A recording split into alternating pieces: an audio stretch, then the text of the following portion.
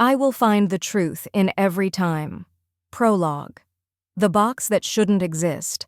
The evidence room beneath One Hogan Place smelled like old paper and metal, like secrets filed away until everyone who'd made them was dead. Elizabeth Pratt stood in front of a steel shelf tagged Cold Cases, Homicide, her court heels clicking once, twice, like a judge's gavel she hadn't earned. She was 28, sharp enough to cut glass, and New York County's youngest prosecutor assigned to a case that had been sleeping for 60 years. A clerk slid a cardboard box toward her. Its corners were bruised, its tape was yellowed. Someone had written on the lid in black marker, "The People vs. Hale, 1965, Murder, Elaine March." Elizabeth ran her thumb along the name like it might burn her. Upstairs, everyone wanted a win, a legacy conviction, a clean ending to an ugly story. But when Elizabeth looked at the file, when she really looked, she felt something in her ribs that didn't belong to ambition. Doubt. Not the kind that made you nervous before opening statements, the kind that made you wonder if the system you worshipped was built to crush the wrong people on purpose. She carried the box to her office and shut the door.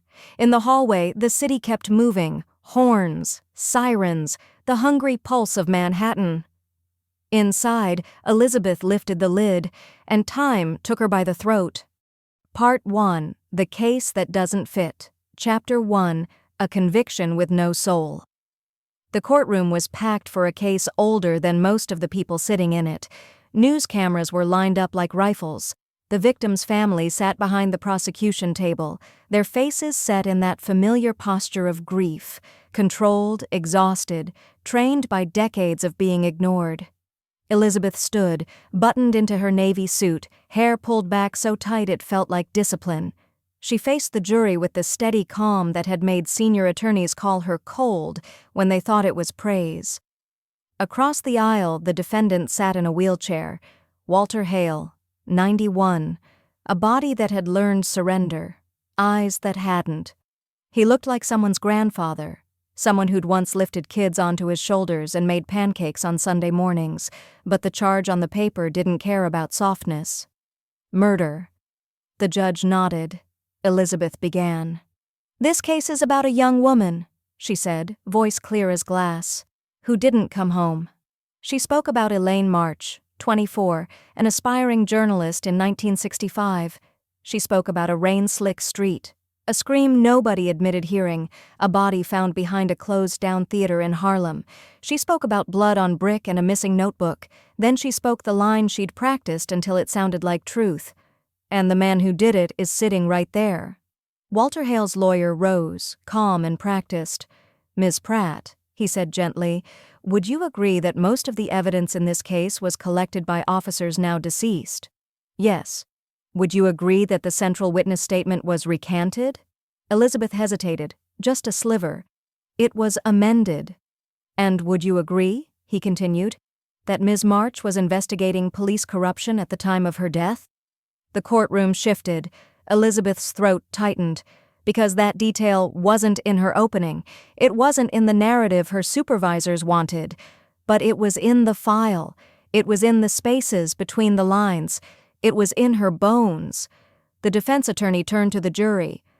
"This case," he said, "is not about whether you can convict an old man.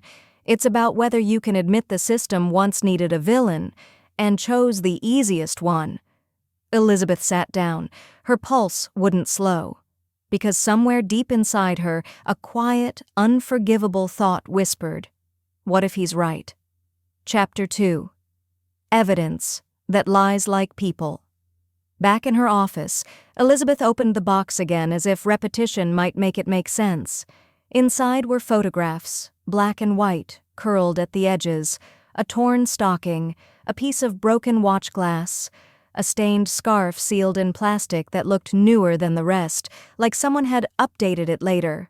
A witness statement typed on old letterhead, "I saw Walter Hale near the alley. He was angry. He followed her." Darnell Price, 17. Then, stapled behind it, a second statement from 3 days later. "I was mistaken. I didn't see his face." And yet, the arrest still happened. The charge still happened. The conviction attempt never did. Because the case collapsed before trial, evidence misplaced, witnesses unavailable. Now, 60 years later, the DA's office had resurrected it with a new angle: DNA on the scarf. Hale's. Elizabeth stared at the lab report until the numbers blurred. DNA didn't lie, but people did, and evidence could be made to.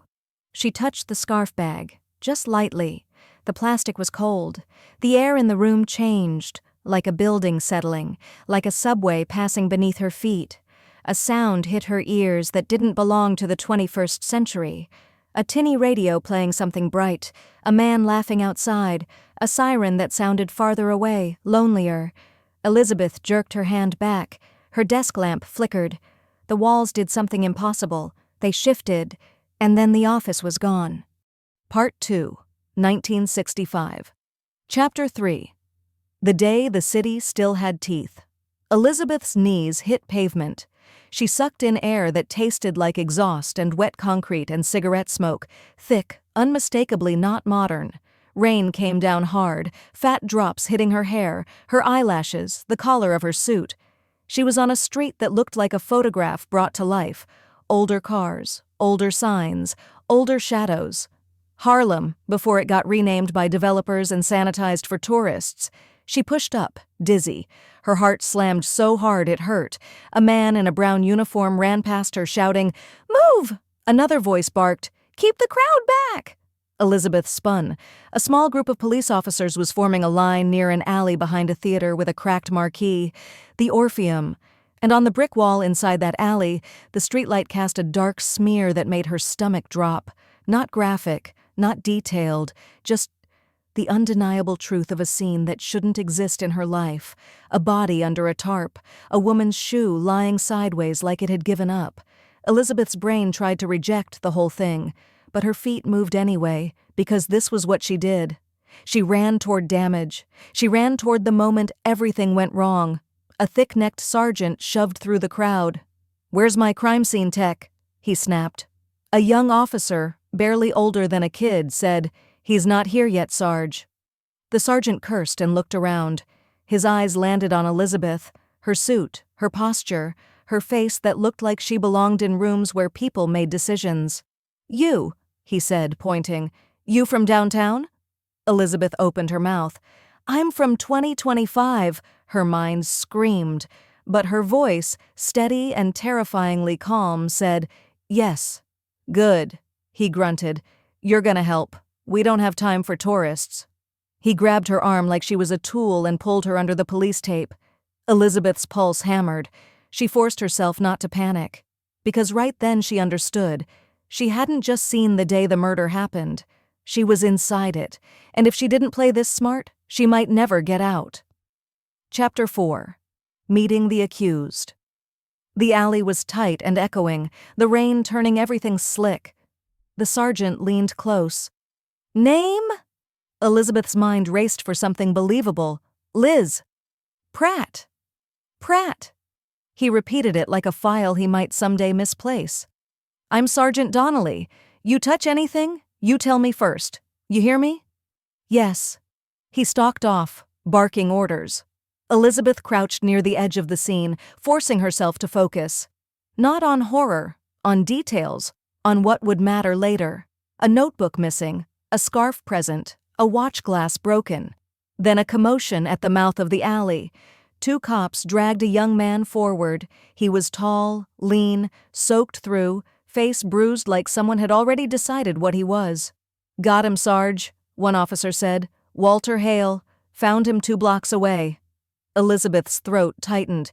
Because Walter Hale was not 91 here, he was 25, alive in his own body, eyes wide with terror and fury. "I didn't do anything," he shouted. "You don't get to just—" Donnelly struck him, fast, casual, like swatting a fly. Walter's head snapped sideways. Elizabeth surged forward before she could stop herself.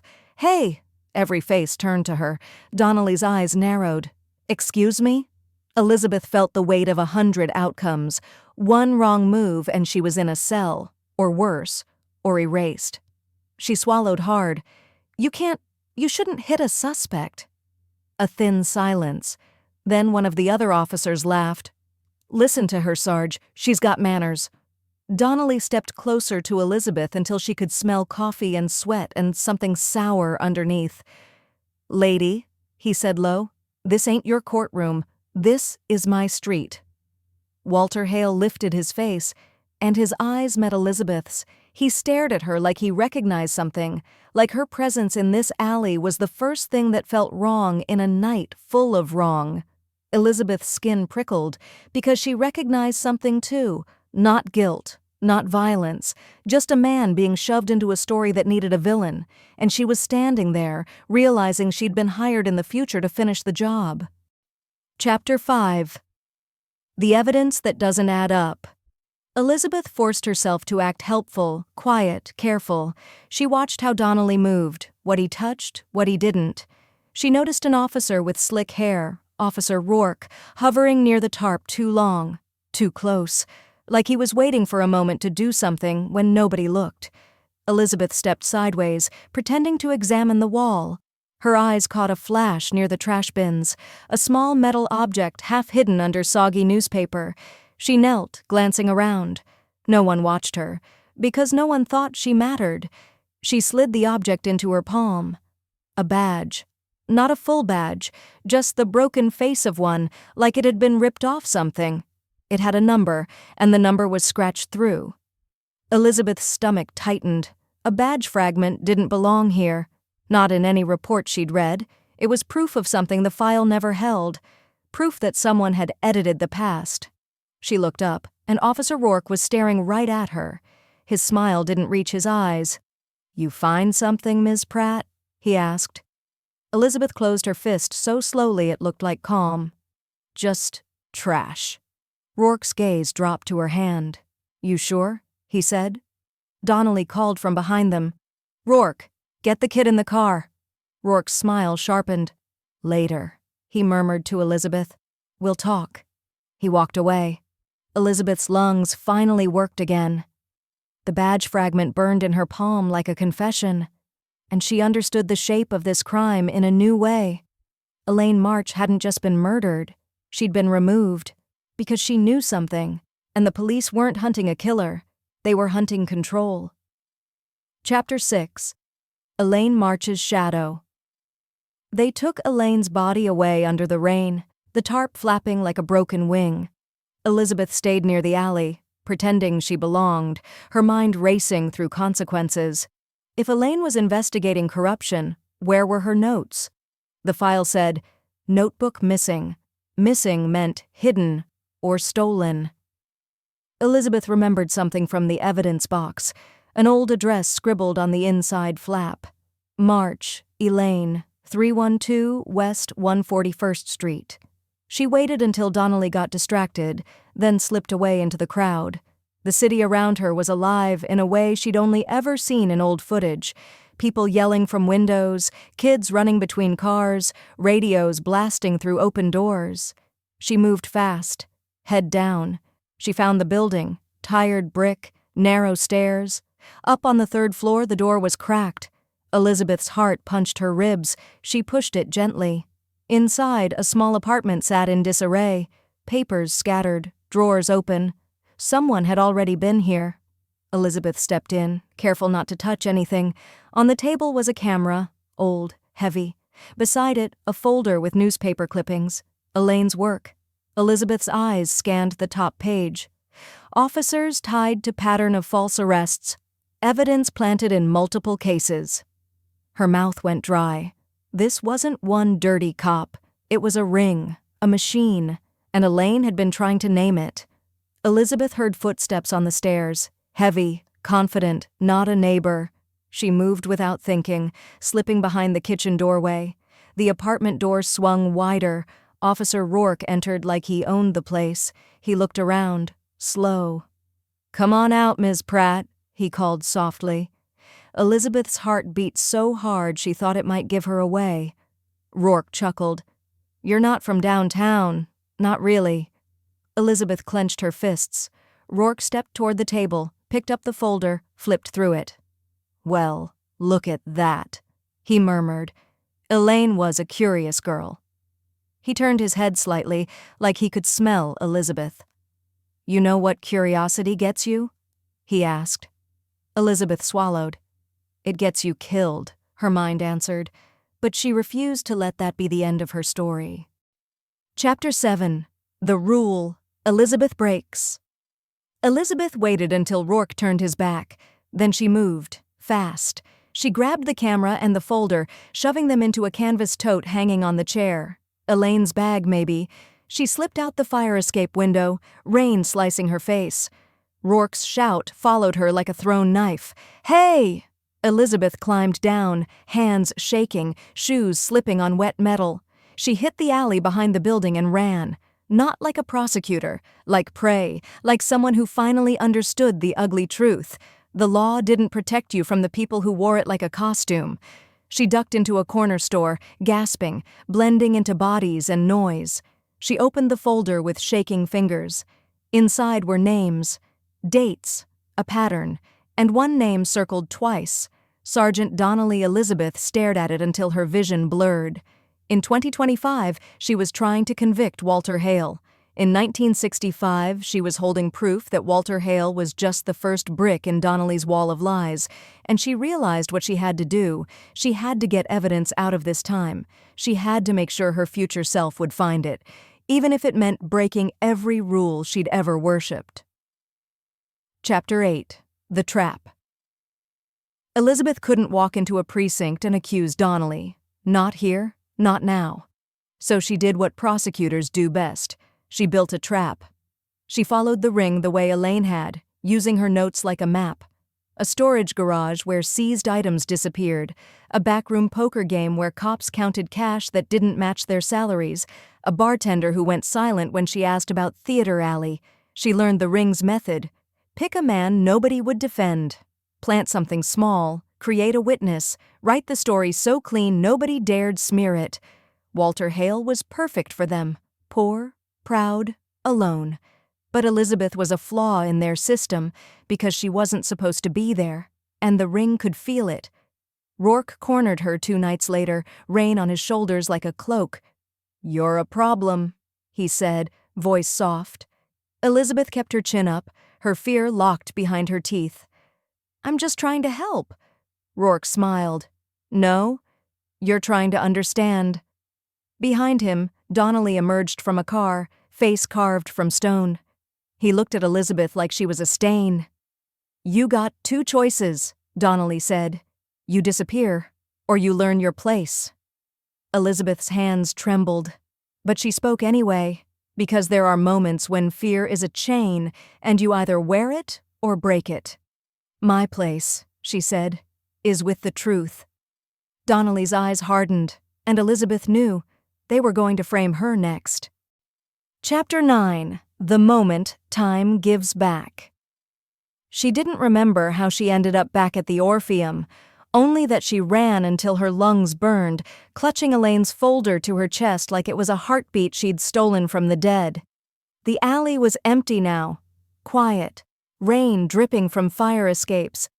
Elizabeth stumbled to the brick wall where the blood had been. Her hands found the evidence bag from her own time, impossible but there, like the future had left a door cracked open. The scarf bag, the same cold plastic. Her fingers touched it, and the world tilted. She felt herself being pulled, like a hook behind her ribs. She squeezed her eyes shut and did the only thing she could. She shoved Elaine's folder into the evidence box, jammed beneath the scarf bag, hidden where her future hands would find it. Then time snapped. Chapter 10, 2025, with dirt under her nails. Elizabeth woke on her office floor, gasping. Her lamp hummed. Her computer screen glowed. The city outside sounded like the present again. Newer cars, cleaner sirens. The evidence box sat on her desk, lid crooked. Elizabeth dragged herself up, shaking. She tore through the contents, hands frantic. There, beneath the scarf bag, something that hadn't been there before, a folder, rain-spotted paper, Elaine March's handwriting on the top page. Elizabeth's breath caught, because the past had answered, and now she had what she needed to do something dangerous. Not convict an innocent man, but put the right ones on trial, the ending, justice, finally facing its own reflection. Elizabeth returned to court and did the one thing that made the room freeze. She stood at counsel table and said, clearly into the record, "Your Honor, the people move to dismiss." Gasps, murmurs, the DA's office behind her turning into a living wall of outrage. Walter Hale blinked, stunned. Elizabeth continued, voice shaking but unbroken. And the people moved to open a corruption investigation into the officers who handled the original case, based on newly discovered evidence that indicates a coordinated pattern of planted evidence and wrongful arrests. Her supervisor hissed her name like a warning. Elizabeth didn't look back. She looked at the jury, at the judge, at the victim's family. "This won't bring Elaine March back," she said, raw truth cracking through her professional polish. "But convicting the wrong man won't honor her.